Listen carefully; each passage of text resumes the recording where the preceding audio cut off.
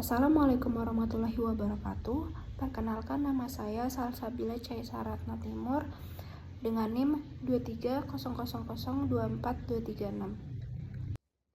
Baik, hari ini kita akan membicarakan Undang-Undang KIA dengan melihat Undang-Undang KIA yang sekarang berlaku, mana saja rancangan yang akhirnya masuk dalam Undang-Undang tersebut dan disahkan, kemudian diberlakukan sekarang, dan apa saja yang membatalkan dalam rancangan undang-undang tersebut sehingga tidak diberlakukan pada undang-undang yang berlaku sekarang.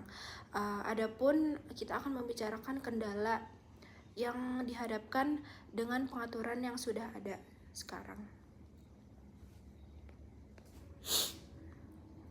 Undang-Undang Nomor 13 Tahun 2003 tentang Ketenagakerjaan masih menjadi dasar utama dalam perlindungan tenaga kerja di Indonesia.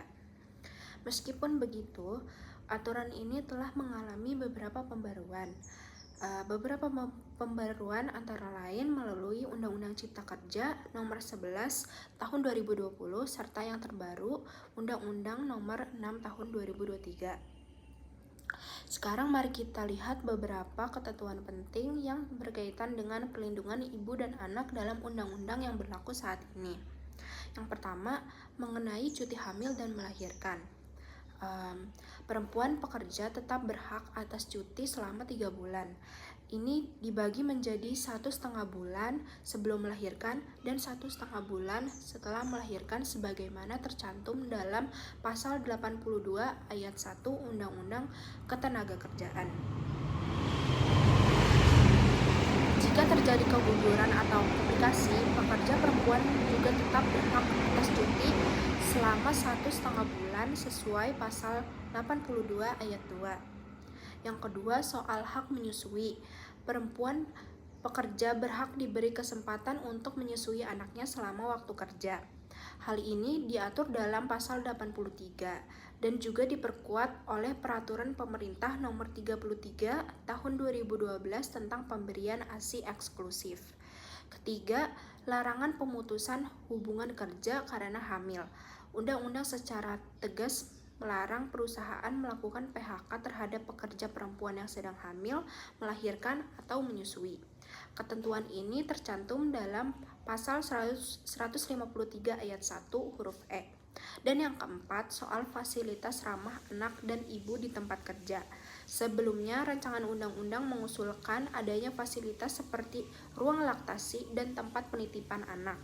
Sebagai usulan ini, kini sudah mulai diakomodasi melalui regulasi turunan seperti dalam Permenaker Nomor 3 Tahun 2015.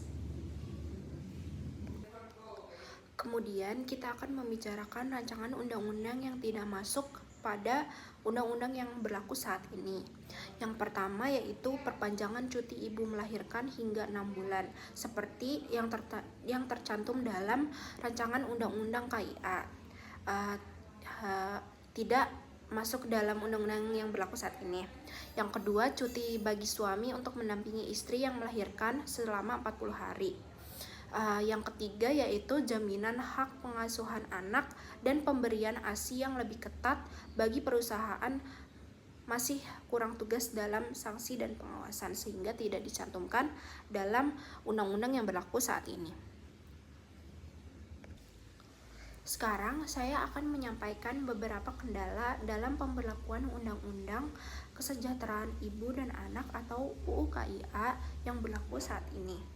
Pertama, masih terjadi tumpang tindih antara aturan-aturan atau undang-undang ketenagakerjaan yang lama.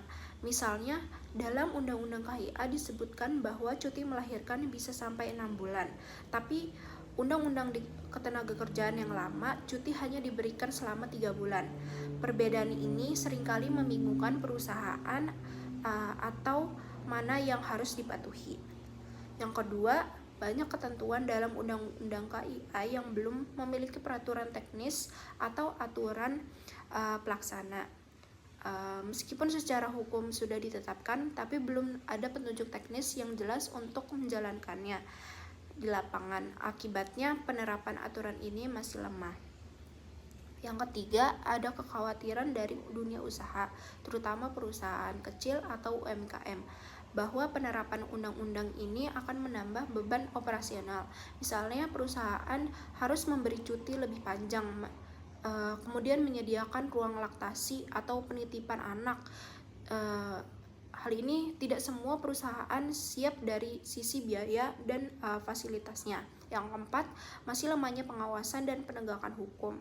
Masih banyak perusahaan yang tidak menjalankan kewajiban untuk mendukung ibu menyusui atau memberikan hak cuti yang semestinya. Sayangnya pelanggaran-pelanggaran seperti ini tidak sering ditindaklanjuti. Dan yang kelima, adanya stigma terhadap pekerja perempuan. Masih ada anggapan bahwa pekerja perempuan, khususnya yang sudah menikah, akan merepotkan perusahaan karena dianggap sering cuti atau membutuhkan perlakuan khusus. Stigma ini menjadi penghambat besar dalam mewujudkan perlindungan yang adil bagi ibu dan anak di dunia kerja. Itulah pemaparan materi singkat dari saya, kurang lebihnya mohon maaf. Sekian. Wassalamualaikum warahmatullahi wabarakatuh.